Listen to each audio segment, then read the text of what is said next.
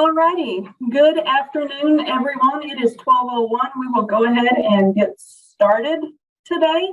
Would like to welcome everybody to the program today. I'm Jacqueline Jones Doyle, the A&R Extension Agent for here in Tarrant County. With us today, we have two presenters, Dr. Jason Banta and Mr. Tommy Brandenberger, who's a cattle producer out of the Lavaca County area. To start off today, we will start with Forage's, the keys to cow-calf and stocker nutrition with Dr. Jason Banta. We would ask that you keep your lines muted as well as your video off. This just helps with bandwidth on things. If you do have questions, please feel free to put them in the chat box and I will refer them to our speakers. So with that being said, today I'd like to turn over the program to Dr. Jason Banta with Texas A&M AgriLife Extension. Jason, all yours. Well, thank you very much. And I will tell you, we will have a little time here at the end of the presentation. If you don't like typing, if you would rather unmute at that point in time, we can definitely have some time to do that as well. So today's topic is a pretty big one when we think about forages and developing a forage plan for cow-calf and stocker operators. And I realize some of you may not think of yourselves as stocker operators, but if you're keeping calves past weaning, you're really getting into the stocker phase there. So when we think about the beef cattle industry, especially those two segments of the beef cattle industry, it's important to realize that beef production is based off of grass production. That's where we start. And that's where we really need to focus, because if we do a good job on that, it really makes the rest of the nutrition program a whole lot easier from a cattle standpoint. So I like to start off with thinking about what is the goal of your forage plan or your forage system. So that's just something, just take a second and ask yourself that question. I'm going to tell you what I think the goal for a lot of people should be is you want to maximize the number of days you can graze those animals, and you're not having to feed hay or you're not having to feed other stuff. We want to reduce or eliminate supplementation requirements. And when I'm talking about supplementation requirements here, I'm talking about protein and energy supplement.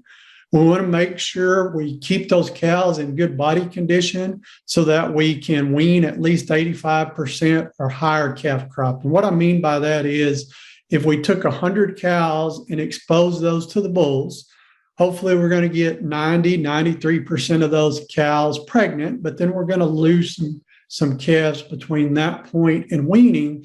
So really, how many calves did we wean out of all those cows that we exposed? So 85% or better weaning rate, and then also have those calves wean at a good weight.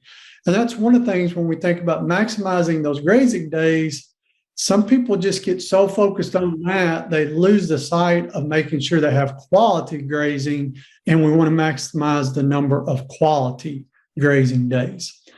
So when we think about a forage plan, it's going to be customized to your operation. While most of them will be pretty similar, there will be some variation from operation to operation. It needs to be customized to your soil type, and within a property, we can have quite a few different soil types. And so you may not have the same forage or forage species across all of those locations on your property.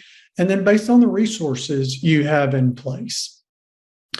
Now, when we think about growing forage, it's really important that we think about geographical implications. And one of those is going to be temperature. And so this is what's known as a plant hardiness zone map. Basically, it just breaks the U.S. into different temperature growing regions. And so if we think about down here in the Rio Grande Valley and the temperatures we get year round there are going to be quite a bit different than what we see in the Panhandle of Texas, and drastically different than what we would see in North Dakota. And so our forage species a lot of times change as we move from the southern part of the United States to the northern part of the United States, just because of where they're adapted. Rainfall also has a huge impact on a forage plan, both on how much forage we're going to produce as well as what species are going to be best adapted. And so you can see that changes from Florida and the East Coast. We get into that Louisiana, southern Mississippi, southern Alabama area. That'll be some of the highest rainfall totals we'll see. And then as we move west, that typically decreases. And you can see in Texas, there's a huge range, and we'll look at that in a minute. And then when we get along the West Coast, especially the Northwest up there, quite a bit more rain again. If we look at Texas specifically, we'll range from areas that will average over 54 inches of rainfall a year down to areas that are well under 14 inches of rainfall a year. And so if we kind of think about the Metroplex Tarrant County area, we're kind of in that middle range and a little on that line between that 26 and 30 to 30 and to 34 inches. And then obviously, if you're in different parts of the state, you can kind of see what your average annual precipitation would be. Now, that's average annual precipitation, and we all know we don't get that every year. And so keeping drought in mind as part of our forage plan is a huge thing to always do, and really highlighted this year. This is the most recent drought map. This is published every Thursday. It's actually put together on Tuesday, but they don't release it to Thursday of the week. So this is the one I actually pulled yesterday when it was released. The white area would be normal moisture conditions. Yellow would be getting a little dry. And then tans, orange, and reds would indicate drought. And the darker the red or the darker the color, the more severe drought. So you can see right now almost or over 2/3 of Texas is under some level of a drought. In east and parts of central Texas here, we've got a little moisture and a little moisture along or below the Red River here as well. And then along the Rio Grande Valley. But dry conditions, and those of you who've been following know that most of the state was actually even drier a few weeks ago. If you are interested in that map, you can just Google drought monitor, and it'll be the first one that pops up there. But building our forage plan in mind that we're going to have drought at some point in time is definitely valuable. And so we build us some flexibility into that forage plan. Kind of from a specific standpoint, this year, looking at what the predictions are moving forward, these are some predictions released by NOAA. They released back in April, and they're for mid-April through the end of July. The brown would indicate they expect drought to persist. The yellow, drought to develop. Green would be drought areas are likely to remove. And so you can see most of the western half of the United States is in drought and are expected for drought to go ahead and develop. So that's something to think about as we think about hay resources available or areas to ship cattle this year. Now, I will tell you, as bad as this map looks, the previous one actually looked a little worse. So at least from NOAA, this map looks a little bit better. Looking from another source, this is for those of you who have RFD TV, the Ag Day morning news show. This were their predictions from a couple of weeks ago. They actually run May through August, and you can look at summer temperature forecast. Almost all the nation above normal temperatures, and then most of the southern portion of the U.S. and the majority of Texas as well above normal. So this is actually something Tom and I were visiting about before we started this morning is that if we do get these high temperatures they're calling for, even that rainfall we get, it's not going to last quite as long. Plus that forage isn't going to grow as well. So have to keep that in mind as well. And then if we look at their precipitation forecast for May through August, you can see a large swath of the country where they're calling for below normal rainfall. So that's some weather things. The other thing is we have what we call these vegetational areas of Texas where We see a big change in plant communities. Now, we will see some forage species go across these different vegetation areas, but we do see major changes in most of the plant communities here. And so that can dictate what forages work well also. Another tool that works really well is to help you develop a forage plan is the Web Soil Survey, which is a tool that NRCS has. They're a branch of USDA. And you have a local NRCS office in most of the counties in the state of Texas. So used to you had to go in and get these big maps and look at this. Now everything is online, and you can actually go in and highlight a piece of property or a portion of a piece of property and look at things there. And so I just did this for an area, and you can see in this, it's almost 700 acres here. All these different colors would represent different soil types, or like here, it's the same color with two different soil types, but those are very, very similar soil types.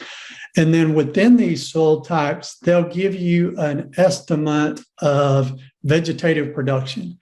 Now, that's not going to tell you this is how much grass you're going to grow, because it's going to depend on the species of grass. It's going to depend on your management and your grazing strategies. But what it's really good for is to tell you the relative production potential of these forages and the implications that's going to have on stocking rates and other things. So if we just look here, you see this dark blue, which is actually running along a creek.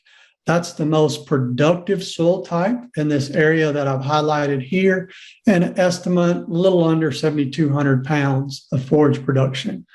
Whereas if we look at this red area here, what they call a resoil gravelly fine sandy loam, only about 4,500 pounds of forage production potential. And again, that's not what you're going to get, but look at the relative differences here.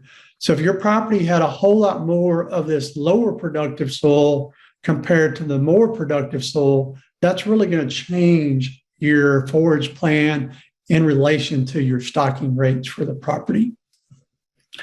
So when we think about cow-calf systems, they're going to be based on perennial forages. And what we mean by perennial forages is those are forages that grow year after year, just coming back from the root, not necessarily a new seed germinating every year. Now, when we think about our forages and our perennial forages, it's important to realize all forages need plant nutrients. And fertilizer would be another name for those plant nutrients. Now, that doesn't mean we have to fertilize everywhere, but all plants are going to need nutrients to grow. And I bring that up because with the high fertilizer prices we're seeing, I always get questions about, well, I want to go to this type of forage because it doesn't need fertilizer. Well, that's not really correct, and we'll talk about why. So when we think about our higher rainfall areas, we have more potential for forage growth. Because when we think about those forages growing, we need a couple things. So one, we need those plant nutrients or that fertilizer. We need rainfall, and we need sunlight.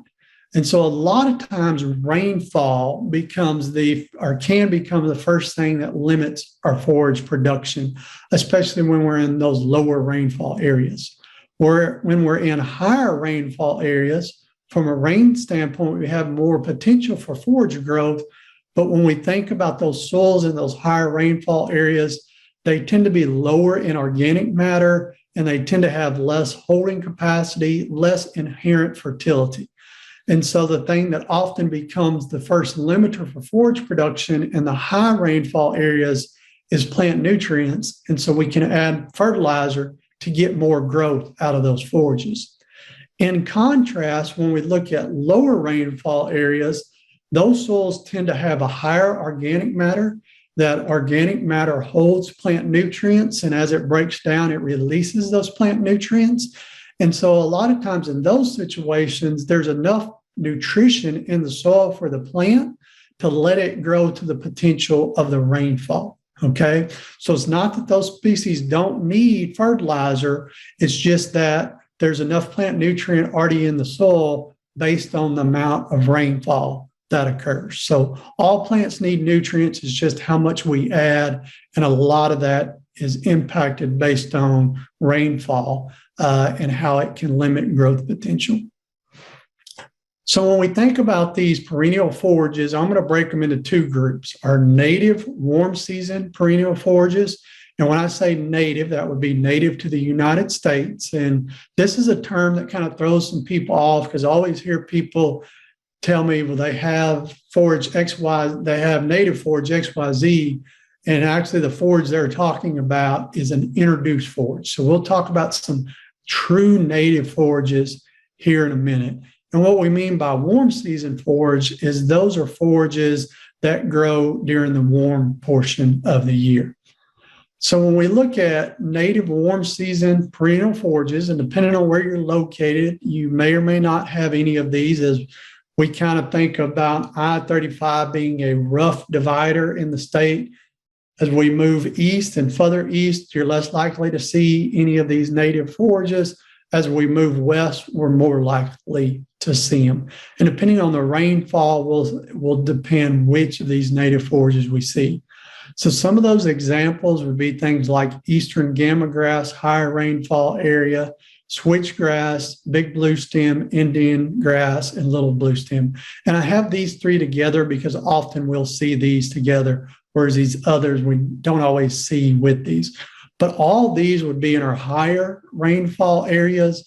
And then when we get into the moderate rainfall areas, we may see a little mix of the big and little blue stem, along with some sand drop seed or some side oats grama. And as we move even further west, we see some more blue grama or buffalo grass. And when we talk about our native forages, a lot of times we'll talk about tall grass prairie, which would be these, midgrass or mixed grass prairie, which will be a mixture of these, and then short grass prairie. Okay. And so those lower rainfall areas, as we move west, we definitely see more of our native forages. It's important to realize with these forages, most of the time when we think about from a supplementation standpoint, protein is often going to become our first limiting thing that we're going to need to supplement those cattle when that forage quality starts to drop. So when we think about what would be a forage system with these native forages under range conditions, typically is you're going to have that forage and have it, and it's just going to be there year round. We don't overseed or sod seed or anything like that on our native forages. So we have that native forage and we're going to try to graze it a large portion of the year. In some situations, we may have some individual fields set aside where we plow those fields up and we may plant a cool season annual like wheat in those fields, or we may plant a warm season annual like sorghum, Sudan, or Sudan grass to give us some summer grazing or a little bit of hay in those areas. Those would kind of be some examples of some native range systems. Now, when we look at our introduced warm season perennial forage PC, so forages that originated from a different country and were brought into the U.S., they're perennial, so they grow back from root every year. They're warm season, they grow during the warm time of the year. Some examples there would be things like Tifton 85, Bermuda grass. And Bermuda grass is a big category with a lot of different varieties, jigs, Alicia, coastal, common, all those. And some of you may be wondering, well, I thought Tifton 85 was a Bermuda grass. It's sort of a Bermuda grass. Tifton 85 is actually a cross between Bermuda grass and star grass. And so that's one of the reasons I put it in a group by itself. For those of you, if somebody's in East Texas, Bahia grass may be something you see as we move a little west. We definitely won't see any of that. So we get into a lot of that central Texas area and that line north-south kind of going through Tarrant County. We start seeing some Old World blue stem as well. I pulled the slide out, but if we were in South Texas, we may see some Klein grass, or especially South Texas, we may see some buffalo grass down there. And both of those would be introduced as well. I do want to mention real quick, when we talk about our old world blue stems, we typically are not going to overseed those like we could with our Bahia or Tifton or Bermuda grass. When we think about these warm season introduced forages, just from a supplementation standpoint, and today's not a supplementation talk, but just important to keep in mind when we think about these different forages, energy is often our first limiting nutrient on those. So what would kind of be some, if we wanted to use old world blue stem or Bermuda grass, what would be some of the systems we would use there? Well, the first thing we have to do is think about how long do those forage species grow? Now, remember, they're warm season forages, so they start growing when it warms up in the spring. We get most of our growth late spring, drops in the summer. That's due mainly to rainfall, but also those higher temperatures will slow growth down. And then we get a little peak in the fall again. And then once we get a frost, those forages completely shut down. Now, it's important to realize you see the growth may start over here in March, depending on where you're at. But for most of us, it's just that forage is greening up. It's really not producing a lot of meaningful forage available for grazing yet. So really, we think more May into October, first part of November would be the grazing season for those forages. So if that's the grazing season for our forage base, how do we fill in some of the gaps the rest of the year? All right. And one of those things we can use in certain situations with their introduced forages is what we call stockpile forage. And we can stockpile forage with native forages. It's a totally different system. It's actually a little easier. I'll leave that alone unless somebody has some specific questions on it. And we're going to focus more on stockpile forage for these introduced forages. Now, with stockpiled forages for our introduced forages, we don't want to be letting that forage grow all year long. What we want to do is around end of August, 1st of September, get those fields graded off or hayed off, go in there and apply about 60 pounds of actual nitrogen, and then we're going to let that forage grow from about the first part of September until mid-November when we get our frost. And that's what we're calling stockpiled forage with our Bermuda grass, or we could even do it to some extent with our old world blue stem. And then we're going to utilize that forage from about November 15th to January 1. So it gives us about 6 weeks of production there. Okay.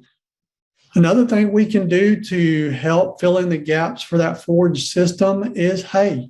All right. So we cut hay during the year when the forage is growing a lot and we have some extra, and then we feed that hay when we don't have as much forage. And so in that kind of system, the way we would think about that is we'd be grazing that Bermuda grass from late April, first part of May, depending on where we're at for most of the year. We're going to graze it through about frost because we'll have some, because we're not going to stockpile the whole property, only a portion of the property. Then we're going to graze that stockpiled forage from about November 15th to January 1. And then we're going to feed hay from about January 1 until that warm season forage starts growing again. Now, depending on how things go, you may feed hay for a shorter period or longer period of time, but that'll kind of give you an idea of how that system is and how we kind of transition from one thing to the next, and then back to where we began. Now, with stockpiled forage, weather can impact that a big amount. If we get a lot of rain, that stockpiled forage doesn't last as long. If we don't get quite as much rain, it can last a little bit longer during the winter. And what I mean by if we get a lot of rain during the winter, we get a lot of fungal growth on that forage and it deteriorates much quicker. A lot of people may be wondering, well, what about cool season annuals? I mentioned wheat as an option and part of our native rain system that would be planted by itself. When we're on these introduced forage systems, for a lot of these introduced forage species, we can actually overseed our cool season annuals, meaning where we have that Bermuda grass planted or one of those other warm season annuals, other than old world blue stem, we typically don't overseed that. We could go in there and overseed with something like rye, oats, wheat, or even ryegrass on that same place where that warm season perennial forage has been growing part of the year. And again, we don't overseed all the acreage, just a portion of the acreage. And that can really help fill in some gaps and provide us some real high quality nutrition. The other thing is these cool season annual forages work really, really well from a heifer development standpoint. So if we think about when the cool season annual forages grow, a little bit of growth in the fall, depending on when we get them planted, not much during the winter, but then a lot late winter and early spring. They really fit that February, March, April time frame, and we still see a lot of growth in May as well. Okay, so it's important just to kind of think about when these forages are growing and how they're going to complement our warm season forages. So the big thing you're probably realizing by now is it's unrealistic to think you're going to graze on an introduced forage system year round. That's just not possible. If we get a lot of things done correctly, for a lot of people with good management, we could get 300 to maybe 330 days of grazing a year. But there's always going to be some time with introduced systems. We're going to have to be feeding some hay. And just to kind of show you an example of one of those two systems, just with two forages to kind of keep things simple, is Bermuda grass. We're grazing when it's growing. We'll do a little stockpiled Bermuda grass. We plant some cool season annual on part of the property. And then after we get through that stockpiled forage, if we have plenty of cool season annual, we could just go to that and save some hay. If not, we would use some hay until we had enough of that cool season annual. But with just two forages, we could cover a large portion of the year. And it doesn't have to be just those two forages. I'm just showing those as an example. That's where it gets back to it has to be customized to your operation in your area. Just kind of show that in a little different context, how these things would be growing and when we would be using them. So blue line here, Bermuda grass growth. And then if we look at stockpiled Bermuda, remember I said that from about November 15th to January 1. And then winter pasture, maybe have a little bit of it where we limit grazing in the fall and then hopefully graze it more full time in the spring, and then have some hay fit in there as well.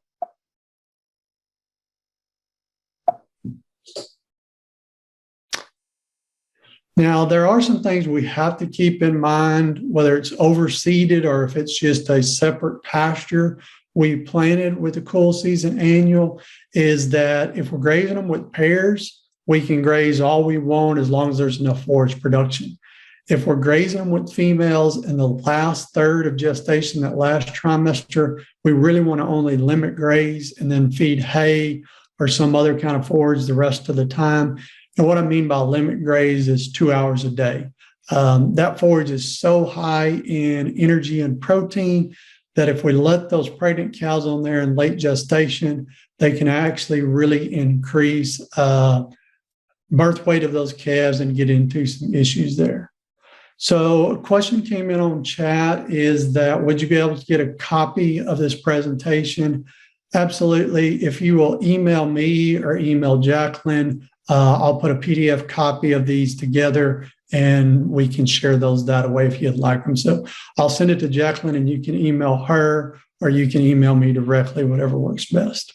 Also, to add on to that, Jason, just so everybody knows, I am recording this meeting today as well. And I will be posting it to the Tarrant County YouTube page and sending that link out to everyone. That way they have reference back to it as well. Absolutely. Good reminder. So just to kind of let you look at the growth pattern of these warm season forages and these cool season forages, I want you to notice something about March, April, and May. That's when we can grow a lot of forage and grow way more forage than what we need in most years. Now, this year's an exception to that, but in most years, that March, April, and May, assuming we've planted a cool season annual, We have way more forage than what we need a lot of times. So that's a good time to make some of that hay or some other form of stored forage for us. The other thing I want to mention is if that you're stocked heavy enough that you're using all the forage in April and May, you're going to be way overstocked the rest of the year. So we need to be stocked so that we do have extra forage in April and May there. If we do have that extra forage, there's a couple things we can do with it. If the weather will let you make hay, that's my first choice, and that's what we want to do. If you can't make hay, then baleage is an option where we wrap it. Baleage doesn't improve the quality any. That's a misconception that's out there. All the baleage does is lets us get in there and cut it when weather conditions wouldn't let us cut it for hay. If weather will let you make hay, you're going to be better off making hay. And then if you got a barn to store that hay in, great. If not, we just store it outside, and there's some things we can do to help with storage losses on that hay. So we've talked about our warm season perennial, and we talked about our cool season annual. The last group that kind of leaves us is our warm season annuals. All right. And we can use some of those. It's just they're not as consistent as our warm season perennials. That's why we base the forage program on the perennial forage. And then the warm season annual, we could just kind of use to help in certain situations if we wanted to, but we don't have to. And so in that situation, the warm season annuals, we do have some of those that will come up on their own, some actual native warm season annuals across the state, East Texas as well. Some of them that we see in our high rainfall area.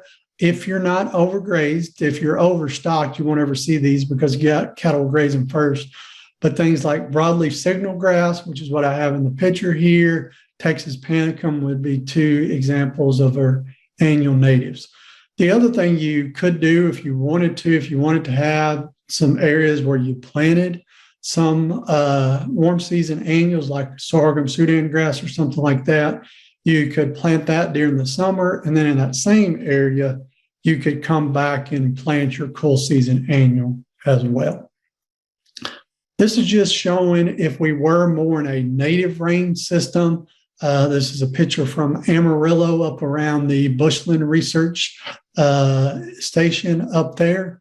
You could plant some sorghum Sudan, but it would be planted in a dedicated field for itself. And up there, typically we're going to plant one or the other. We're not going to plant both the warm season and cool season in the same field just because of the rainfall. So as you can probably see, there's some general guidelines we have, but something that works in one area is not necessarily going to work in the other. So that's why I start off talking about how you have to customize things for your geographical area and for your operation. Now, what are some management factors that we can influence that affect forage production? One of the big ones is fertilizer, and in high rainfall environments, that's something that is needed, and we can increase or decrease the amount depending on how much forage we need. Now, I'm not going to get into fertilizer real deep this morning, but if there are some questions, I'm happy to answer them. But I do want to make a comment real quick, is if you're planning on greatly reducing or eliminating fertilizer this year, that means you're going to have to cull some cows and reduce your cow numbers. You cannot keep the same number of cows that you have if you've been fertilizing in the past and all of a sudden stop fertilizing this year without getting into a big problem. So how much you fertilize is going to be dictated by your cow numbers. So one or the other has to give in that situation. Another thing that we can do to really impact our forage production is through grazing pressure and stocking rates. And so this is a picture I took back in 2011, the worst drought that most of us have seen. But I took it because it gives a real good example of how management can impact forage production. So if we look at this pasture, there's some forage out there, nothing that we would consider a lot of forage by any means, but remember this was in the middle of a really bad drought. And then they actually managed to produce some hay here in the background. Now, this next picture, you look at this pasture, absolutely no grass. Those cattle should have been removed from this property long before they reached this point. You may be wondering, well, what's the difference between these two? The only difference between the two pictures is one was taken on the north side of the highway, the other was taken on the south side of the highway. So in reality, these two properties probably got the same amount of rain. So why does one of them have some forage and one of them doesn't have nothing but dirt and mesquite trees out there? That all has to do with grazing management, appropriate stocking rates, and then fertilizer management as well. So there are a lot of things we can do to impact that forage production, even when we have limited rainfall. Another thing that greatly impacts that forage production and the strength of those stands is how much root do we have. And the shorter we graze those forages, the less root we're going to have.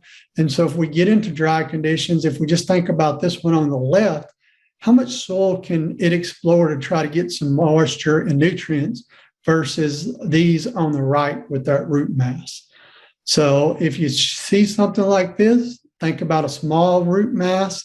And when we do get rain, those forages aren't going to recover very well.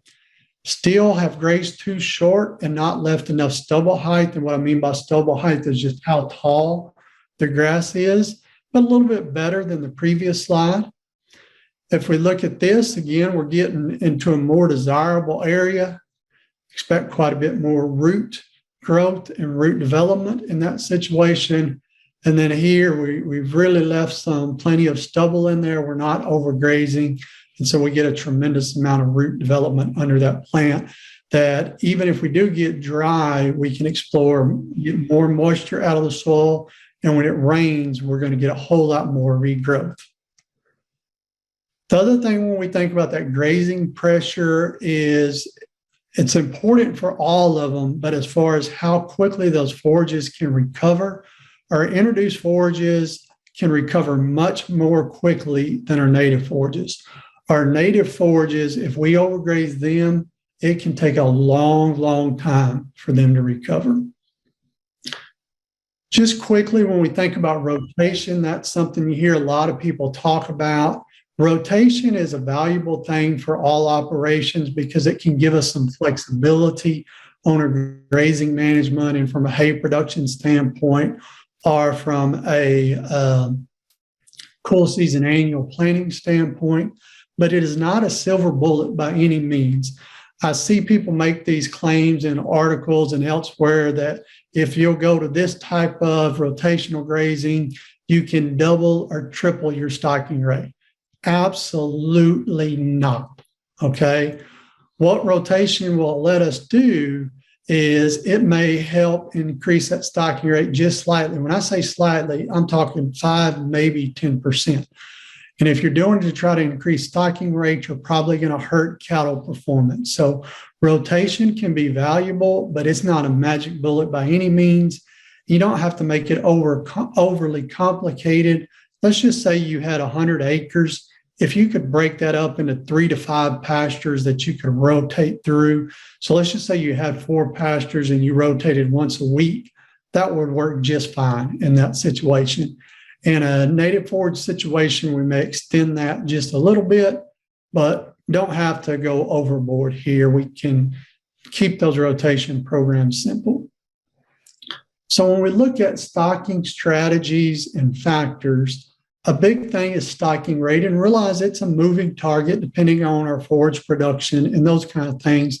But we're going to talk about how cow size affects that and some places to start depending on your situation.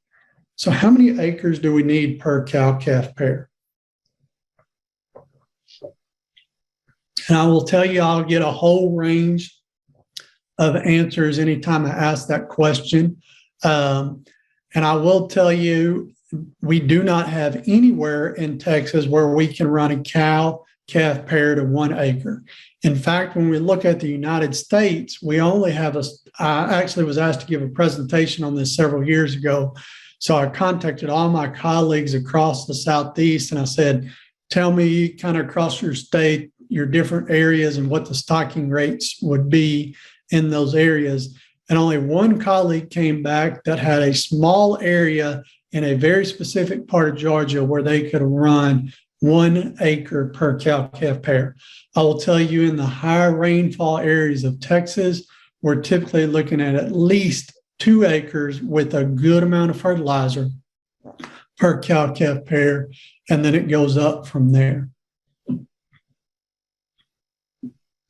Now, remember earlier I talked about soil type and how that can impact your forage production. That may be why your stocking rate may have to be a little bit different than your neighbor's if one of you has more or less productive soil than the other.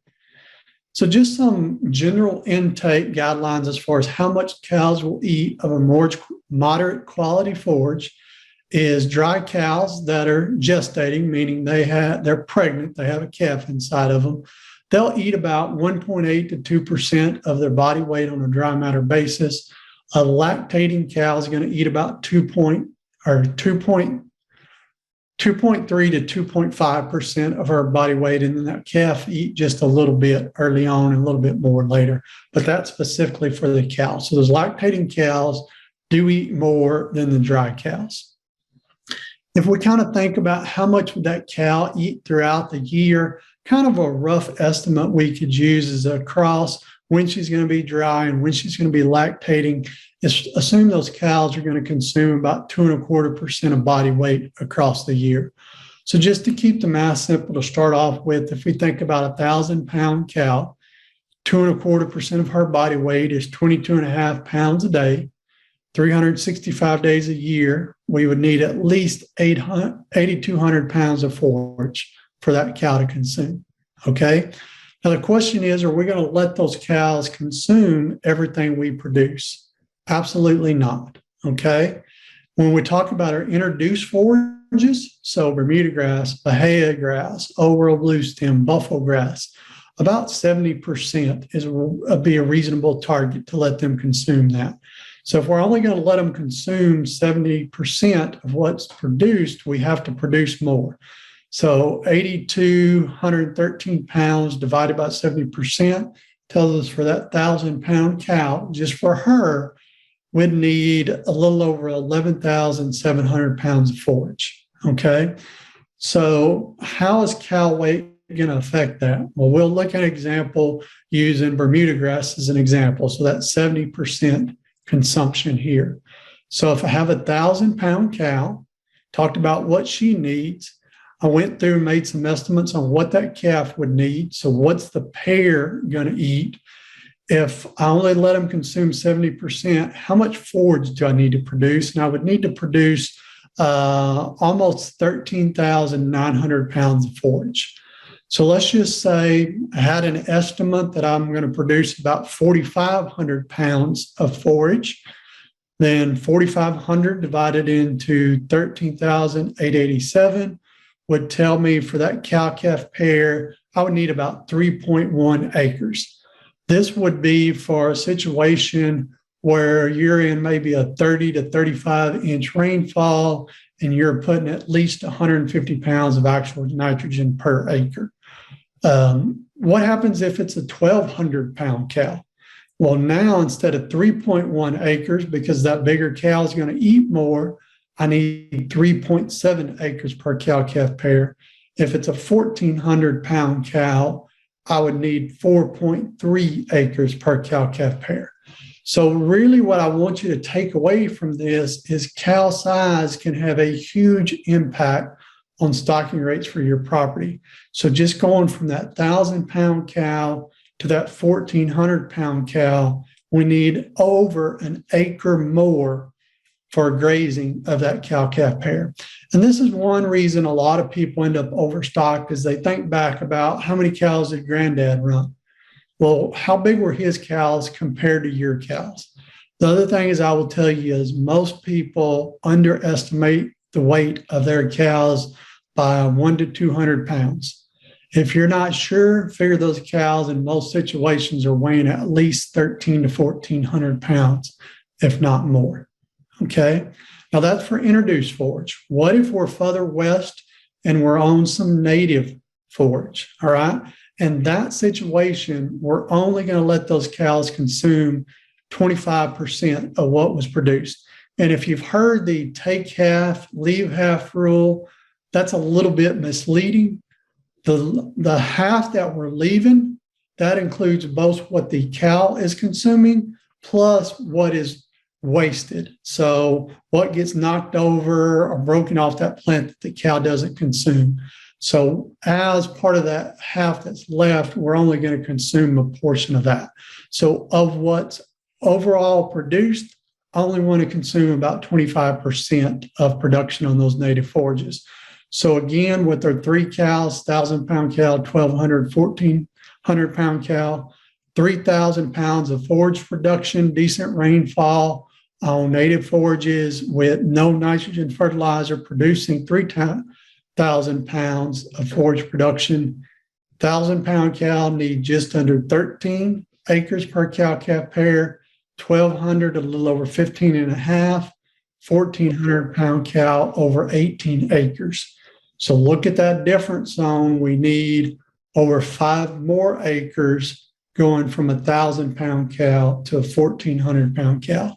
And I'll tell you, there's some areas of West Texas in the Panhandle where we may need 100 or 125 acres per cow-calf pair. So stocking rate changes depending on our rainfall, the size of our cows, and how much fertilizer we apply. Now, with that in mind, a recommendation I think that's good for a lot of people is with stocking rates is to only stock at about 80% of what you think the property can hold. And the reason we do that is so when we do have lower rainfall conditions, we have some buffer there and we don't have to immediately start feeding cattle or immediately start selling cattle. And by being stocked a little more conservatively, a lot of times we're going to make more money over the long haul. So be a little conservative in those stocking rates. It's a whole lot easier to manage excess forage than to be in a situation, I don't have enough forage, what do I need to do? So if you do have some excess forage, we could put it up as hay or baleage, and then we can have those to sell to other people if we need it, or we can keep them for ourselves to use later on when we don't have as much forage production. If we have plenty of forage production and we were planning on fertilizing 3 times a year, we could skip one of those applications of nitrogen fertilizer there. If we got plenty of fertilizer, if we have plenty of forage, we could keep the calves on the cows a little longer, assuming those cows were in good condition, and let them get a little heavier so we have more weight to sell. We could keep some of our own cattle and grow them out and make them heavier before we sell them, kind of have our own little stocker program, or we can just let that forage grow. That's not going to hurt anything. It's really good for the forage. The only thing you would have to be mindful of is we wouldn't want to have a ton of forage built up if we were going into a high fire period. But that's typically not a concern because we would end up grazing that forage before we got to that point because we would be dry in those situations. You could look at bringing in some outside cattle, whether that's stocker cattle, whether that's some pairs from somewhere else, or that's some thin cows from somewhere else. If you are bringing in outside cattle, you need to be really mindful of biosecurity and really want to keep them separate from your other cattle. And so that's kind of what I wanted to talk about from a forage standpoint, kind of give you some basics of that forage plan and how it may change depending on if we're using some warm season or some warm season introduced forages or some warm season native forages, and then how we can fill in some of those gaps and how that stocking rate is going to influence things. Now, I will tell you, for those of you in the central portion of the state, you may have some native pasture and some introduced pasture. You may have a little bit of both. Whereas those west of you are going to be straight native, and then those east of you are going to be straight introduced from a perennial forage standpoint. And if you have any questions, feel free to go ahead and unmute and ask those questions or put those questions in the chat box, and we'll be glad to go ahead and answer those. So any questions?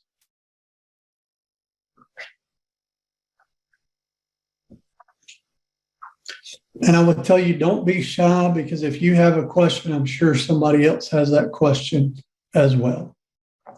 And if you want to put it in the chat box, there is an option. If you'll go down to that little blue box and then change it from everyone to direct it to me or Jacqueline, we will be the only ones to see the question. So any questions? Well, if there aren't any questions at this time, please feel free to ask questions at any point in time, but we will go ahead and move on to our next speaker. Mr. Tommy Brandenberger is a cattle producer from the Lavaca County, which is the Hallettsville area. He has been a personal friend, family friend for many, many years, and highly respected in the commercial cattle industry. He's a graduate of Texas A&M from 1977. For the last 20 years, he has been working on managing his own family operation and running mainly commercial Brangus cattle. So, Tommy, if you would kind of give us some of your experience and things that y'all are doing on your operation. Well, thank you very much. Can you hear me? Needless to say, at my age, technology is not one of my strong points, but we'll try to muddle through this. We ranch in this Lavaca County area. Jason, you touched on several things that kind of forms the setting here for our area. Our cow herd is basically on native property, Bahia and common Bermuda grass. Generally speaking, about 75% open, about 25% of a post oak savanna type setting with several invading woody plants that we continue to have to control. And then we own a place that is 100% intensively managed. It's all in Bermuda grass or in Klein grass. That's where we calve our heifers, where we precondition our calves, get our replacement yearling heifers adapted to a feed sack, and before they go on to winter pasture. And then we own one other place that is where we grow and develop our replacement heifers. We plant about half of that property in ryegrass, get on it as early as we can in the fall. And then as that plays out, as it has just recently, we at that time spread them out on the rest of it, which is primarily common Bermuda grass, some coastal, but primarily common. And they summer there until early fall. And we bring them home then as heavy bred heifers and calve them out there. You know, today's task, Jacqueline had asked me to speak about shortening our calving season. And of course, shortening our calving season, I mean, that theoretically, that sounds like a great thing to do. Except maybe we should go through the reasons why. We do have a set breeding season and pretty much a set weaning season as well. And so, without respect to genetics, if we wean our calves the 15th of June each year, 90% of the heaviest calves are the calves that are born in the first 21 days of our breeding season. We over time, and that's more of a reaction to things that we've done rather than the simple single goal. I think as we continue to do the right things, and the right things, there are a lot of small items that are fairly easy task if we maintain diligence and do them correctly. Items like nutrition, genetics. I think we have to decide, we have to set our goals on several of these things. Genetics would be our first one, I think. What color cattle do we want? Do we want to grow from within? Do we want to buy replacements? What do we want to do with those calves at the time we will choose to sell them? Do we want to grow them all the way to harvest? Do we want to sell them through the auction barn at 5 or 10 head at a time, or whatever, or anywhere in between? So we've sort of chosen that we want to try to add as much value to our cattle as we can.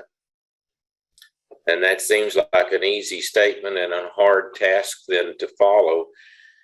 For us to really and truly add all the value that we can, we probably have to grow with known genetics. In other words, we have to grow cattle, grow our own cows.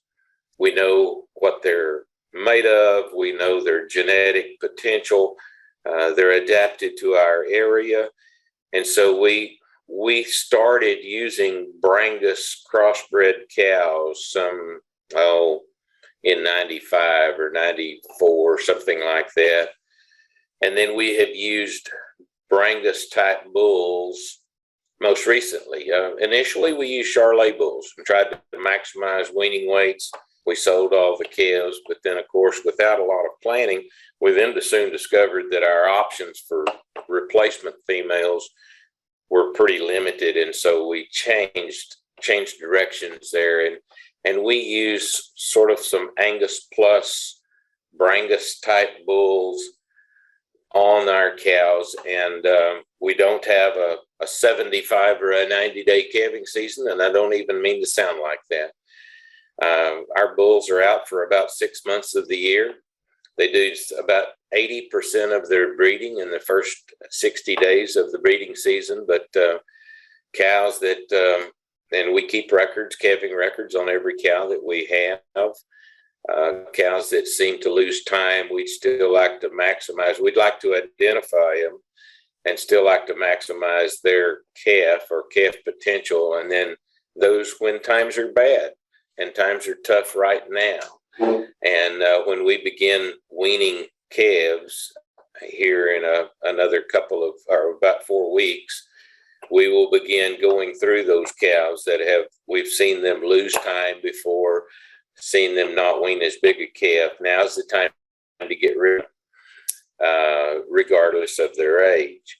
And of course, we've always got about 10 to 15% of our cow herd that's becoming of a 11-year-old cow, and we try to let all their cows have their 12th birthday somewhere else.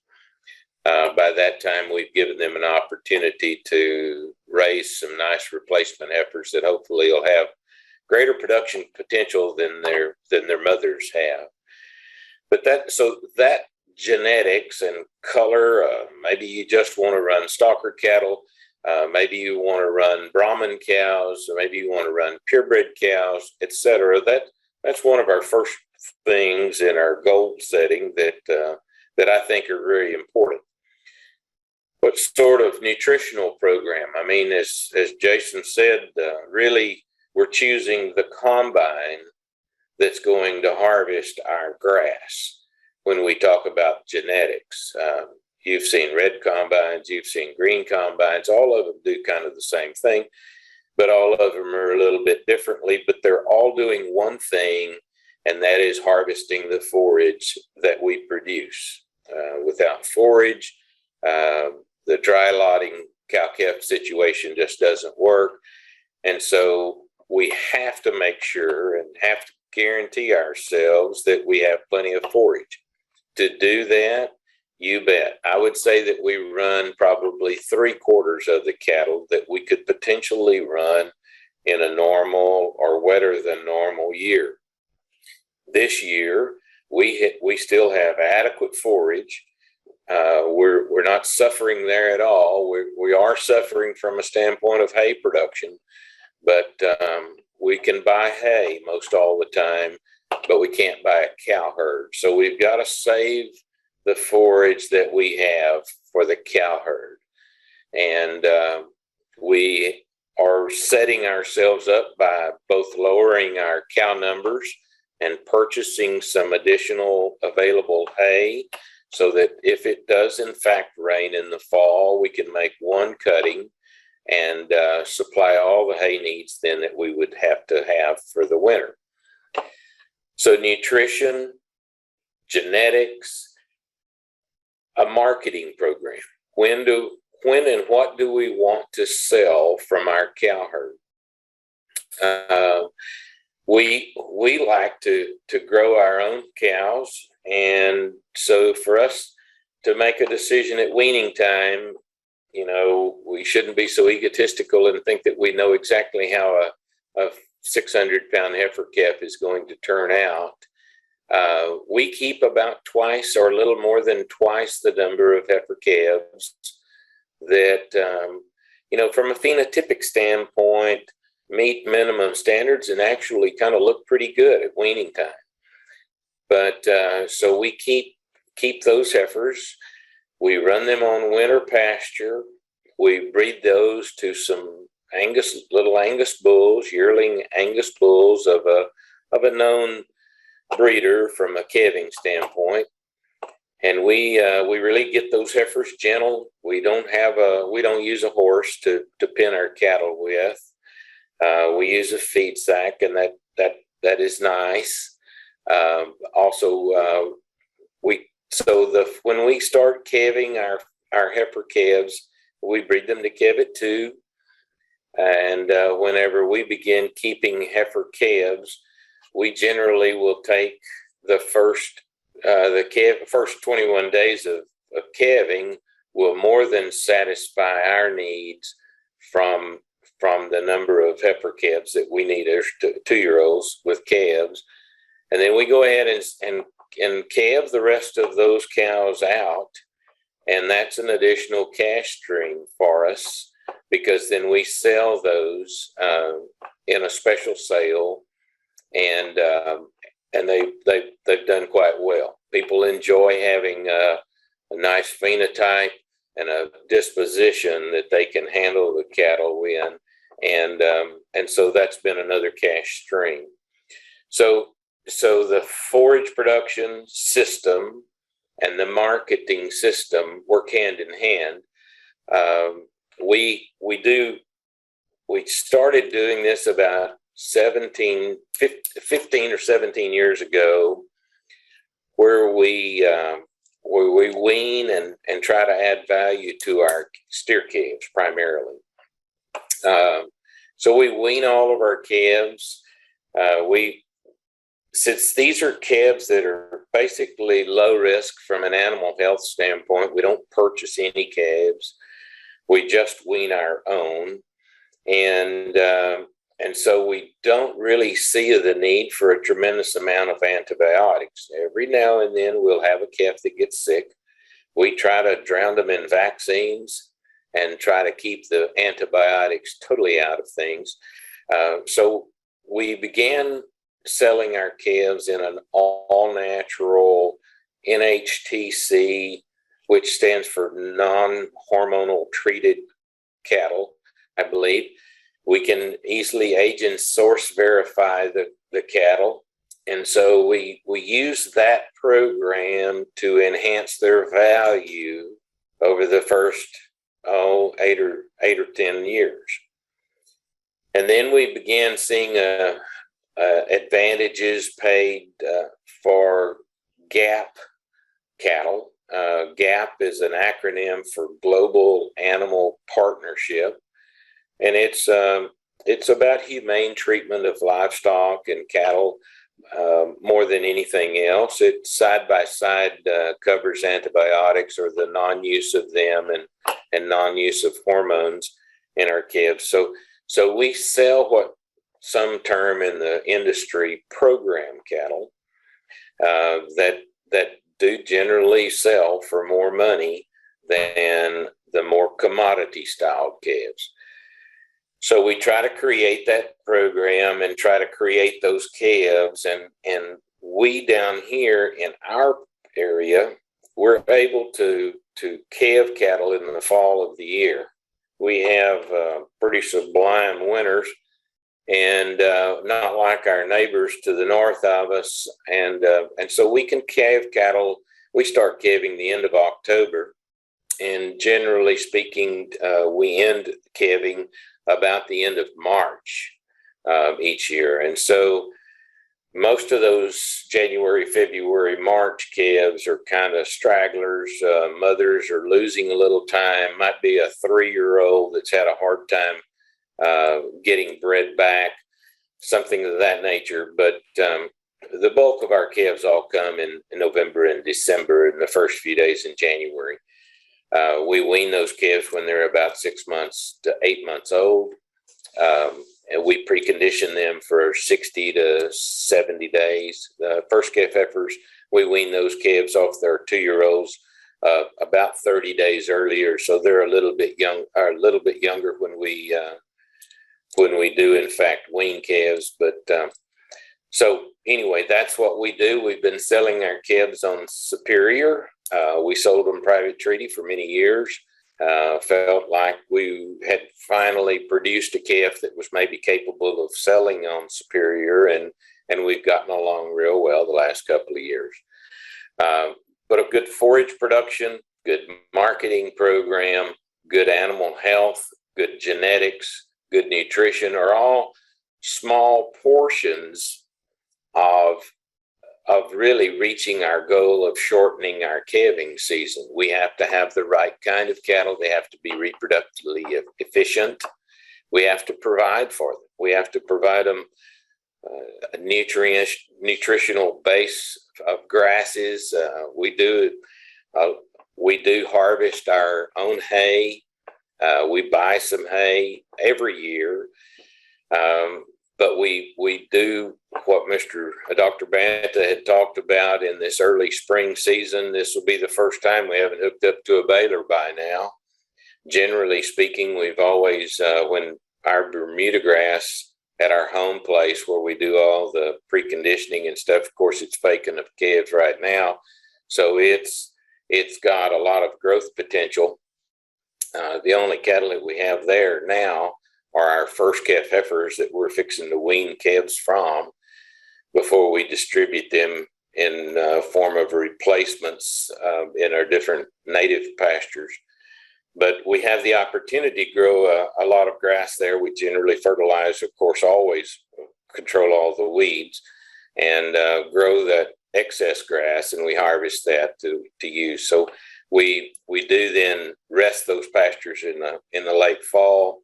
We use that grass that we've stockpiled to keep us. We generally begin feeding supplemental hay to our cows sometime in mid-December. This year, as you remember, we had a green Christmas.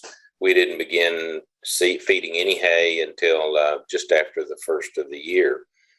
But it takes a program, and programs are sort of theoretical and reality combined, because theoretically we can come up with the exact correct program. Until we try it from a reality standpoint, we see that tweaks are needed, and we have to change. We have to be flexible. We have to be able to react to dry weather as we have. This certainly isn't the first drought that we've been through, and hopefully we'll live through 2 or 3 more of them just like this. But it's a bunch of small segments. We have to use common sense, and we have to follow through and plan for all of these small segments in our program so that it all fits together. I often tell people that a cow-calf operation like ours, if you've ever taken the top off of a transmission, it pretty well looks like that. There are gears that have big teeth, and they're small gears, big gears, gears that have angular teeth. And it's interesting that when we put power in one, it transmits power in different manners out the other side. And all of those gears with all of their different teeth all have to work in synchrony to each other so that the proper things come out the other end. And I think it's only goal setting that really sort of determines whether you've won or lost at the end. What sort of goal did you have for your program, and how were you able to accomplish that? And certainly we don't want to shoot the arrow into the wall and then paint a bullseye around it. We want to continue to try to refine where we hit in regard to our goals. You know, my wife and I, we live on the income that our little ranching operation creates. We run about 400 mother cows, and we work pretty hard at it. It's just she and I. We precondition these calves, which is pretty time consuming and labor intensive, and but we are rewarded if we do everything correctly by genetic selection and by reproductive efficiency. We're able to sell a large number of calves that seem to be sought after. So I don't know. I don't have a tremendous set of slides here. I hope that some of the things that we've talked about might encourage questions. We rent the primary portion. We only own, we own one place. It's about 150 acres. We own another place. It's about 220 acres. And we rent, by and large, the majority of where all the cows are at. And we utilize hay barns. I think that's one of the better investments that we've made, to store both hay and equipment in. We try to do everything correctly. All of our calves, of course, are knife cut at a young age. We go through a very stringent vaccination protocol, and then at weaning time again with those vaccines, so that we can maintain if we're selling them all natural and we're selling them non-hormonal treated, that's easy to accomplish. But the all natural deal, if we get a sick calf, he comes out of the program. So the better that we can do in preparing him for weaning with vaccinations and challenging his immunity, the better outcome we will have, and the higher percentage of calves actually reach the goal of being loaded on a truck going to a feed yard. Mineral is very important. I often tell people that mineral is to the cattle about like a corner post is to the fence. We feed mineral 365 days a year. It's a mineral that has been developed for our area here, and it certainly seems to meet our needs. Fly control, things of that nature, are also slightly important to the end goal. Sometimes they can be overemphasized. We try to use an IGR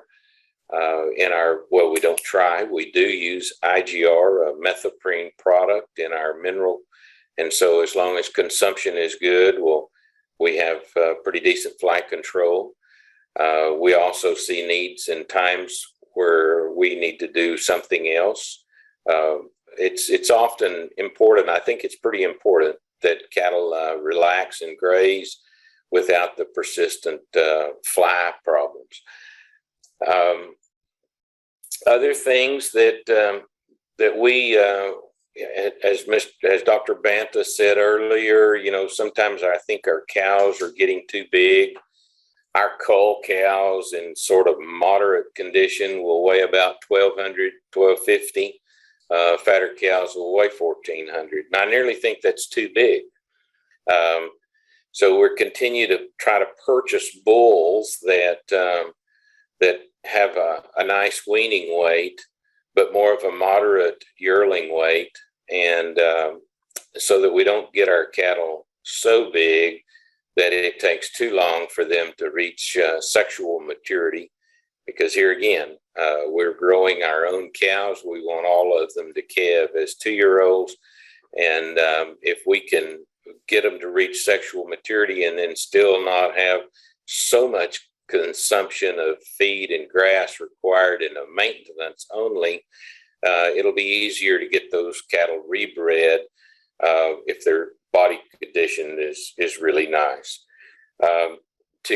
To shorten our calving season, we have to do a little bit of not a little bit, we have to do all of these things. We have to provide for the cows.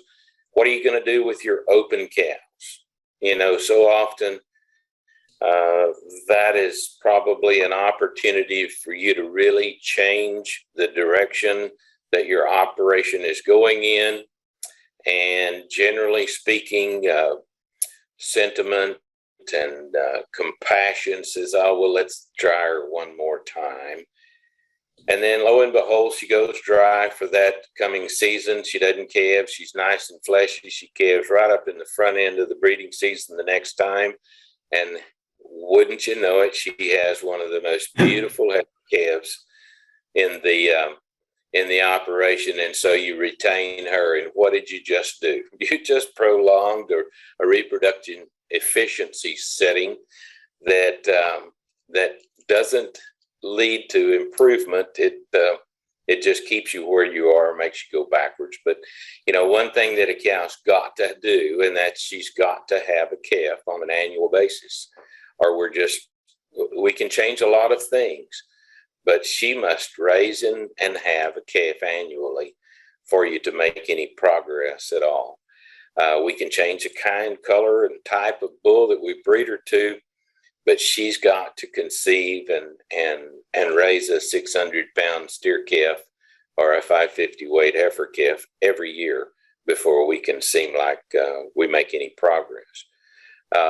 So shortening our calving season, and I spoke that we kind of have about a 5-month calving season. What we've seen with the practices that we've talked about, animal health, genetics, reproductive efficiency, nutrition, we've seen more of our cows begin to, and we saw this 15, 20 years ago, all of them begin to calve right up in the front end of the season. So even though we allow for a longer period of time for calving, 90% of about 80% of our cows calve in that first 60 days. And I feel that's an accomplishment. We could have probably sold that open cow in the fall. If we would have had a 90-day calving season, she may not have brought quite as much money as she would as a pair or a cow with a spring-born calf, you know, at the end of the year. But she gets marked. Any of those cows that lose a month or 2 months of calving or from their calving intervals, we look at moving those cattle. If forages are prolific and we have plenty of grass, we keep them. If it's not, those are the first cows to go.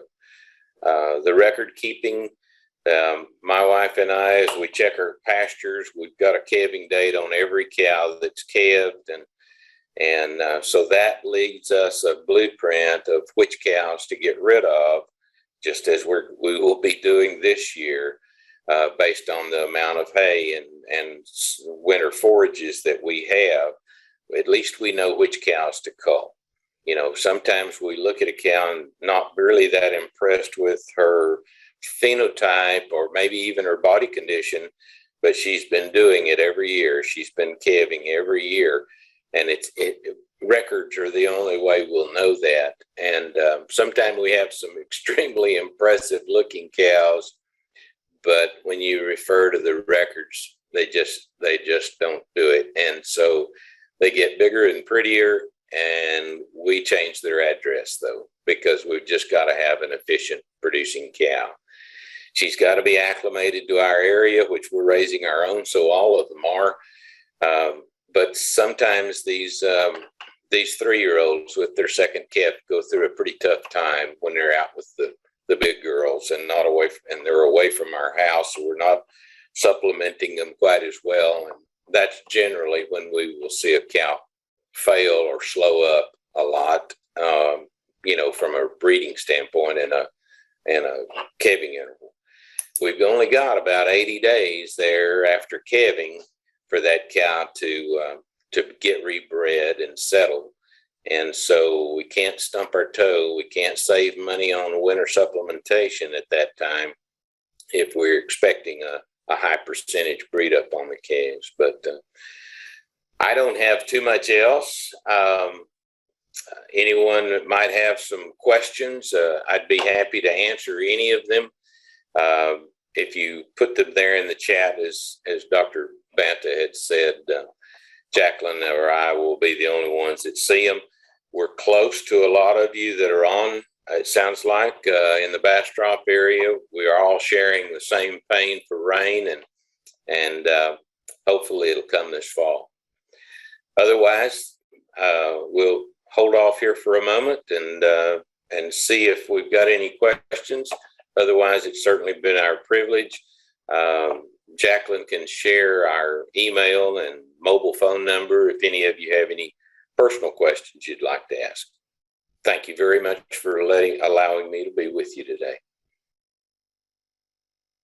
Thank you, Tommy. As always, it's always a joy to hear about what y'all are doing on your operation. So at this time, are there any questions for Dr. Banta or for Mr. Brenningberg with presentations that have been given at this time?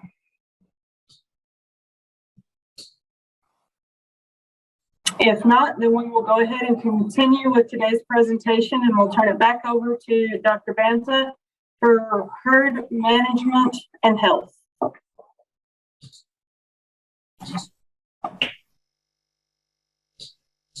Thank you, Jacqueline. Go ahead and talk about vaccine basics and biosecurity are the two big things from a herd health standpoint. And Tommy mentioned that they sell their calves as all natural, meaning they haven't ever treated them for antibiotics. And as long as we do a good job of taking care of the cattle and having a good vaccine program, as he said, we just typically don't on a cow-calf operation have very much we ever have to worry about treating with antibiotics. The one thing that may come up from time to time is not so much the calves, but occasionally the cows, we may see some foot rot. So an antibiotic may be needed there. So when I think about the components of a herd health program, part of that's going to be nutrition, part of that's just going to be genetics, part's going to be biosecurity, parasite control, both internal and external. Vaccine is the big part everybody thinks of, and that's what we're going to spend the majority of our time on this morning. And then a treatment plan. If something gets sick, we need to make sure we treat them and get them well. And regardless of what type of production you're in, from an animal welfare standpoint, if something gets sick, we need to treat it with that antibiotic. Those antibiotics are safe and effective and something that are useful to the animal when they're needed. I will mention real quick, because this was a question Jacqueline asked me to just hit on when she asked me to put this date on the calendar and we talked about potential topics. Some of you may be reading in the popular press that there's some changes coming to some of the over-the-counter antibiotics. And in fact, those changes have been in place to come for years now. It's just we're getting closer to the timeline when that's going to happen. And that rough timeline is by summer of 2023, sometime in June of 23. Basically, all of our antibiotics, the ones that are currently over the counter, which there's only a handful of those left, those will have to be transitioned to a prescription only. Now, you'll still be able to get those antibiotics. You just need to have a working relationship with your veterinarian so they can write you a script for those products, or you may end up buying them from the veterinarian directly. Not a big deal, but it is a change that's coming. The products that will affect that most people would be familiar with would be the oxytetracycline products, which would be things like LA200, Norbrook 300, any of the generic oxytetracycline products that get used for foot rot treatment a lot. And then penicillin will as well. To me, I don't see penicillin as a big of a deal because it's just not something we typically use on most cow-calf operations. There's better options. But just make you aware of that. No reason to panic. The only thing you need to do is just make sure you have that working relationship with the veterinarian. The other thing I would discourage you from is going out and try to stock up on some of those products, because if you do, there's a good chance those products are going to expire before you need them. And so you just wasted money in that situation. So when we think about cattle diseases, there's diseases that get caused by several different pathogens, whether those be bacterial pathogens, viral pathogens, protozoa, fungus, or others. So when I think about pathogens, I think about what kind of loss can they create. So when we think about pathogens that can cause reproductive loss, whether that's abortions or early embryonic death or something like that, we think about leptohargiobovis. And specifically, when we look at vaccines, we'll talk about this more later, there's different types of lepto, but hargiobovis is commonly indicated by HB in the vaccine name. Are 5 traditional strains of lepto, Campylobacter fetus, which we really know more as Vibrio is what it's referred to. Brucellosis, we don't think about that one as much anymore since Texas is a class-free state. But if you are marketing replacement heifers out of state, that's something that could be valuable to you. And then from a viral standpoint, we think of these a lot of times from a respiratory standpoint, but they can cause reproductive loss as well. That would be IBR or infectious bovine rhinotracheitis, which actually comes from a herpes virus, and then bovine viral diarrhea, and then the protozoa parasite trick. All those, whether the bacterial ones, the viral ones, or the protozoa ones, all those can cause reproductive issues in our cow herd. When we look at those organisms that can often cause respiratory issues, we think about our 4 main viral respiratory components, the IBR and BVD that we just mentioned. And then in addition, PI3 and BRSV, and you'll see most of these just referred to as their abbreviations. And then on a bacterial standpoint, Mannheimia hemolytica used to be referred to as Pasteurella hemolytica. You'll still see it referred to that in some situations, Pasteurella metacida, and then Histophilus somni used to be Haemophilus somnus. So what diseases would we routinely vaccinate for in our cow-calf operation? So from a calf standpoint, we would vaccinate for our clostridial diseases, which those are bacterial diseases. And that's a lot of people when they think about a blackleg vaccine. Blackleg is one component of that clostridial disease. Then our viral respiratory diseases, IBR, BVD, PI3, and BRSV. And then in most situations, I like to go ahead and vaccinate calves for lepto as well. You may be thinking, well, Jason, I thought lepto caused reproductive issues in the cow herd. And it does, but calves can get lepto, and lepto can actually kill those calves if we don't get them identified and treated. So that's one of the reasons I like to go ahead and include it in that calf program as well. And then when we think about our replacement heifers or cows or bulls, it's going to be very similar. So our clostridial diseases, again, and the reason being is there are some clostridial diseases that can affect adult animals. The other thing is it's valuable to vaccinate those females for clostridial organisms because they will put antibodies in the colostrum that pass on to the calf and help protect the calf. We want to take care of IBR and BVD because of their reproductive issues. I'll tell you in reality, most of the time we'll use a vaccine that has PI3 and BRSV in it as well, lepto for the reproductive issues. And then Vibrio is a bacterial pathogen that gets transmitted by breeding activity. If you're a closed herd, probably not as big of a deal. If you're unsure, it won't hurt to include it in the vaccine. So those are diseases we routinely vaccinate for. The important thing to realize is there are times, depending on your risk levels, that we may want to add some additional ones. And that's why it's important to consult with a cattle veterinarian.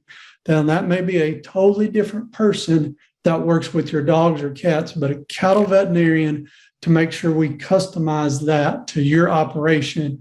But this will give you a good starting point.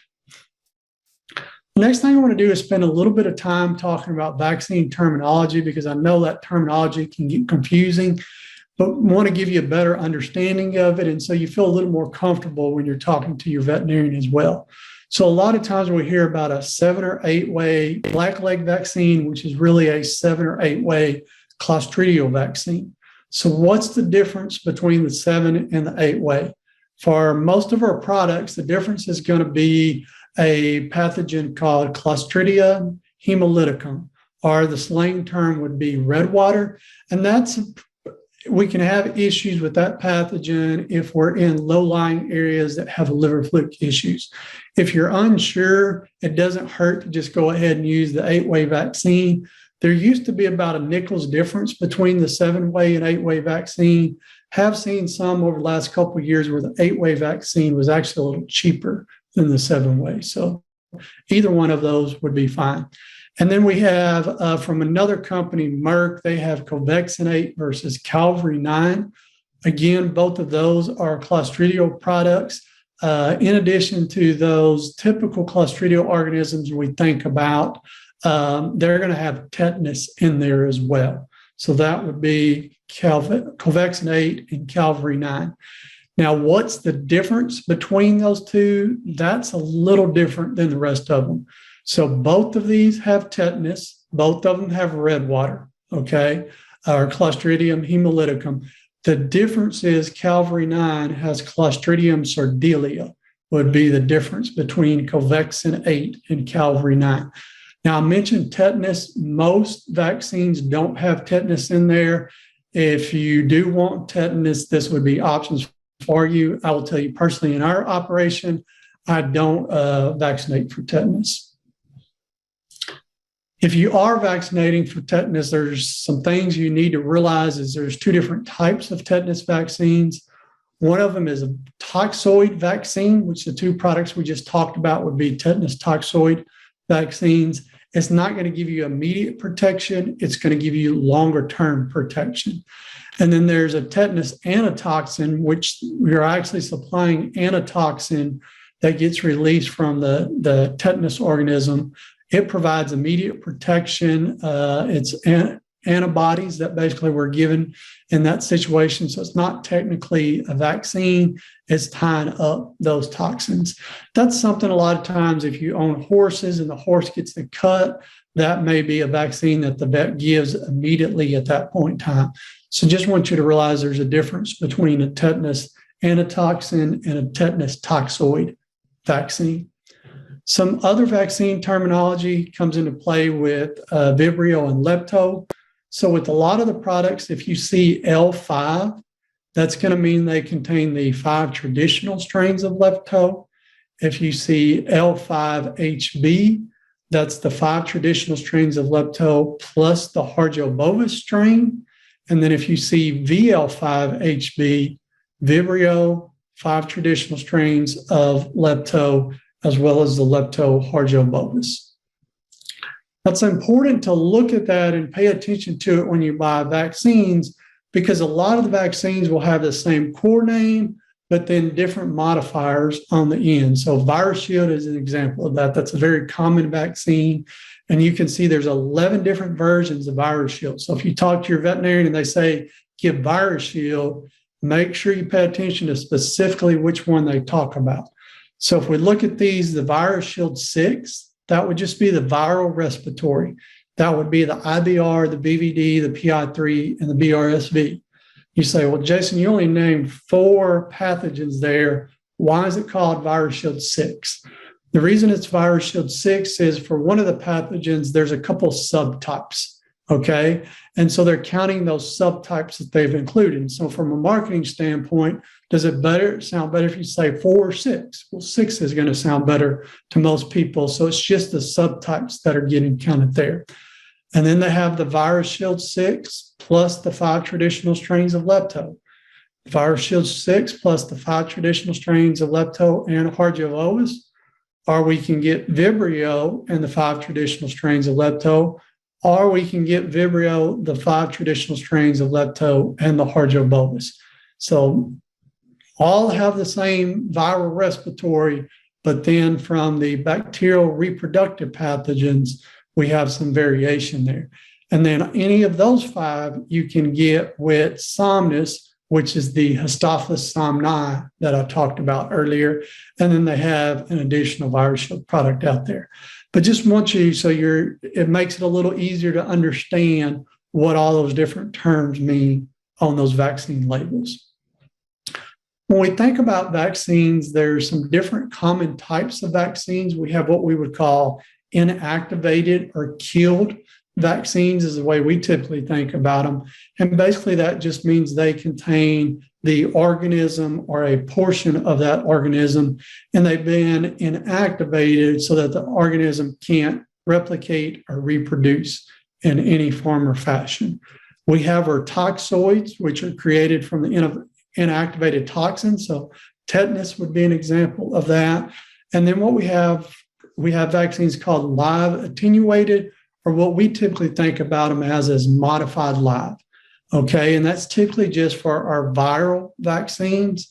And they do have the ability to multiply in that situation, which helps increase the immune response, but they don't cause any disease. So killed vaccines, toxoid vaccines, are modified live vaccines.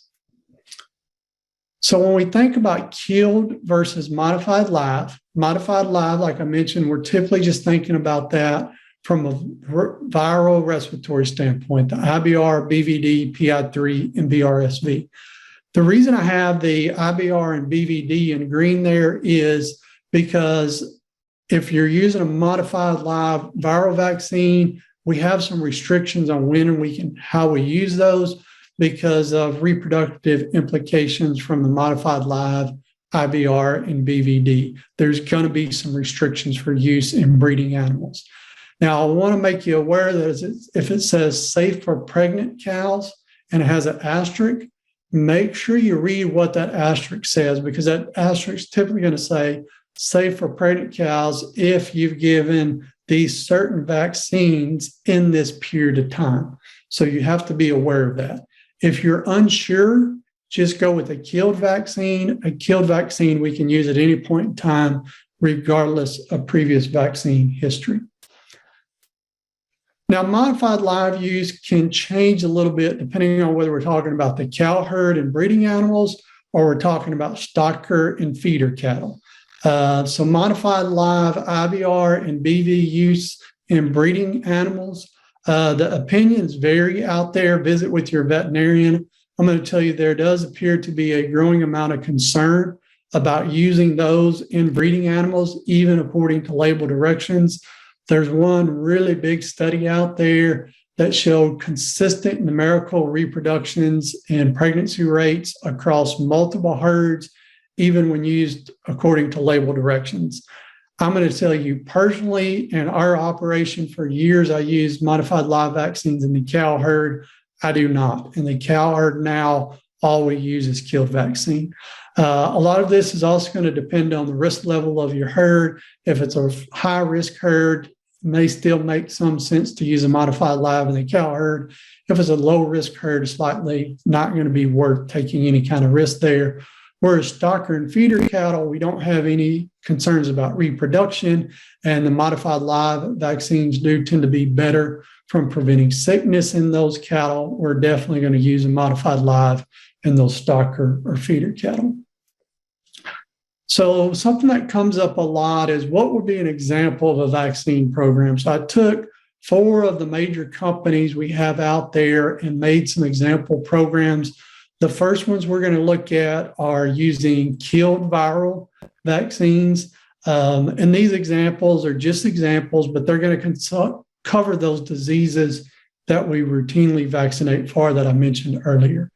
So if you're looking at a Lanco product, there would be something like Viral Shield 6 plus L5. And I'm going to tell you, for all these, I left Vibrio out. If you want to add Vibrio in, it's not going to hurt anything, but I did leave it out of the examples. So Virus Shield 6 plus L5. Elanco does not offer a Clostridial vaccine, so just get a Clostridial vaccine from another company if you're using the Virus Shield product line. If you're wanting to get products from BI or Boehringer Ingelheim, The examples there would be the Clostridial vaccine would be Alpha 7. They don't make it Alpha 8, so it's just Alpha 7. Now, this one is a little different than the other Clostridial vaccines. Most killed products we need to give once, and then we need to give another vaccine, typically 4 to 6 weeks later, initially to really get the best immunity, and then annually after that. If we look at Alpha 7, we only have to give it one time initially. And then the product to get our IBR, BVD, PI3, BRSV, and our lepto would be Triangle 10 HB would be the product there. Now, so that's strictly killed products. If we're looking at some products that have some modified live components to them, some examples from Merck would be Vision 8 Clostridial vaccine, and then Vista 5 L5. Now, here's a very important thing is you got to look at that Vista label. It's only labeled for use prior to breeding. I did pull a label on it the other day, and that label has been updated a little bit, where in certain situations in breeding animals, you can use it if certain conditions have been followed. And it's going to be modified live IBR, BVD, PI3, BRSV. So Merck doesn't offer a killed viral vaccine. So that's why I'm showing you a modified live. Have to consider the risks we talked about earlier.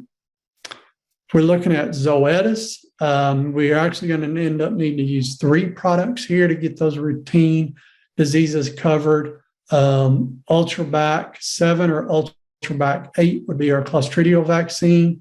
For the lepto, Zoetis uses a little different terminology, so they still have the L5 part, but Spirovac would be their Harjobolus. So Spirovac L5 there.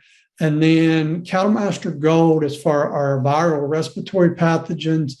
And it's actually a combination of a temperature-sensitive modified live, a modified live vaccine, and a killed vaccine, depending on which pathogen. But Cattamaster Gold would be the option there. So what would be some timing from a vaccine standpoint? Initial vaccine on those calves, we typically think about trying to get it in those calves at 2 to 3 months of age. We would want to do that Clostridial vaccine, the viral respiratory vaccine, and then I mentioned I like to include the lepto in there.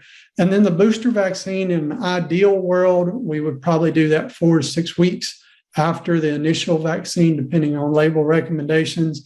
I'll tell you, logistically, for a lot of producers, that booster vaccine, it may be pre-weaning or just post-weaning before that's given. If you can avoid giving it on the day of weaning, that's great. So all we do on the day of weaning is separate those animals. You'll get a little better response out of that vaccine generally. But 2 doses initially with those killed products, and then annually after that. If we're thinking about the cow herd, pre-calving would be ideal from a Clostridial standpoint. Pre-breeding would be the ideal time from an IBR, BVD, lepto, and Vibrio standpoint. In reality, we're going to pick one time a year and give everything for most cow herds. And for a lot of producers, that's going to be when they palpate or do some kind of pregnancy determination on those cows. Now, some vaccines, timing gets even more critical on. An example of that would be the trick vaccine. And trick is a protozoal parasite that gets transmitted through breeding activity. And what it can do is cause a tremendous amount of abortions in your cow herd. So you may be running along there, getting 90 to 95% pregnancy rates, and then one year they get cut in half. That's what can happen with trick. There is a vaccine. It doesn't necessarily prevent the infection. What it does is in the cow herd, reduces the amount of time they're infected, so helps them clear that infection a little quicker. If you have had a trick problem and you're using that, it's very important you pay attention to the timing. I was on a ranch visit with the county agent producer one day because they were having some nutritional issues. But then as I was looking at that, I was looking at their vaccine program and noticed they had trick, and they were giving it during the middle of the breeding season, which wasn't doing them any good. So you really have to pay attention to the timing. If you do have a trick problem, we need 2 doses. We need them 2 to 4 weeks apart, and we need that last dose at least 4 weeks before the start of the breeding season. Key part being before the breeding season starts. With vaccine programs, we do want to reevaluate those yearly because research changes. We get new data, we get new information. Vaccine availability changes. Some vaccines go away, new vaccines come. Our labels change on vaccines. I was working through a program with the county agent the other day, and there was a vaccine label change that had occurred there. Changes in risk level of your operation, and then new products. So again, that's where having a good cattle veterinarian that you can just have a 30-minute conversation with each year just to double check your vaccine program isn't a bad idea. Question often comes up is, can you give too many vaccines at one time? And definitely yes. If you start adding on too many vaccines, you can create a problem. Now, if you stick to those examples I talked about, and that's what you give on beef cattle, we're fine. Dairy cattle, different story. But if you started adding in a pink eye vaccine or E. coli vaccine or those kind of things, we probably do want to space those vaccines apart because we can give too many at one point in time. When looking at vaccines, it's important to realize not all vaccines are created equal as far as what they're designed to do. Some vaccines, and the gold standard of what we would want is for that vaccine to prevent infection, so you don't ever get infection. A lot of vaccines, the goal is to prevent disease, so you may get infected, but it keeps you from getting sick, or if you get sick, it's just very mild. And for the animal, if they get sick, it's very mild. Aid in prevention of disease, aid in disease control, and then other claims. So if you look at those labels, prevention of infection or prevention of the disease are the two that you would really want.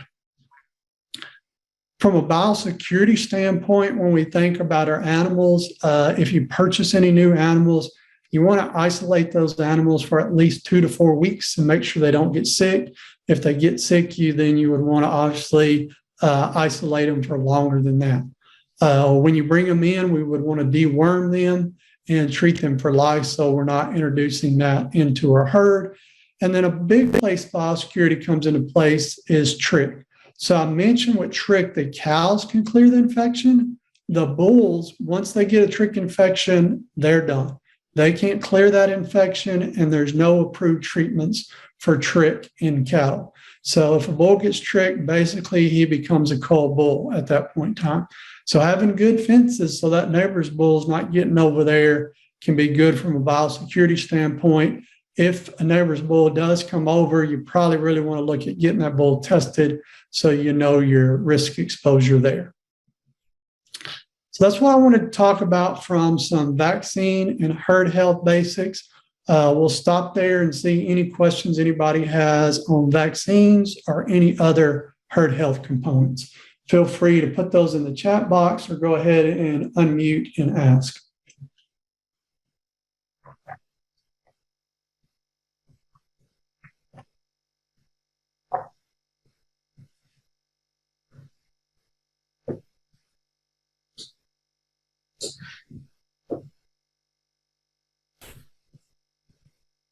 Doesn't look like we have any questions at this time, Dr. Benton. All right, everybody's being pretty shy today because I know there's no way I answered all those questions. So if you do have some later, don't hesitate. Jacqueline, I'll go ahead and ask you if you think we want to go ahead and wrap up, or if you think I should talk about deworming a little bit. I'm good to go either way. You tell me what you think's best. Well, I'm going to pose that to the audience on that one. So if you would put your response in the chat box, or feel free to unmute. If everybody would like to continue with dewormers, let us know.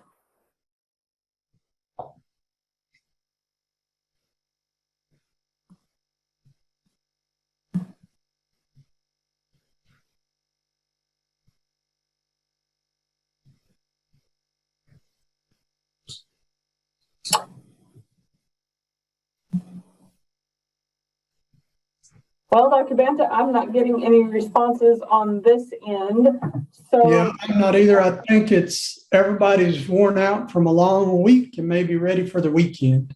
I think so too. So what I would probably suggest doing is, if we would like to, let's table the discussion as far as dewormers for a later time. And we can pick that up with at a later time and continuing this discussion, if that works for everybody.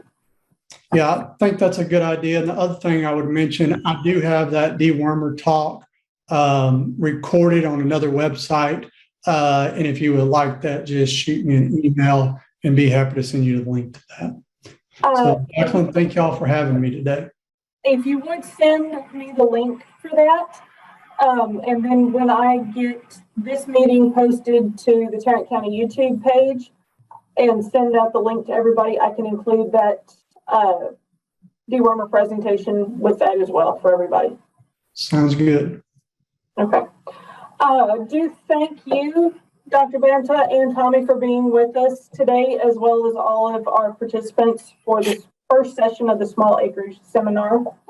I will be expecting an email around 3 o'clock today. There will be a link to a survey for the programs. I spoke today.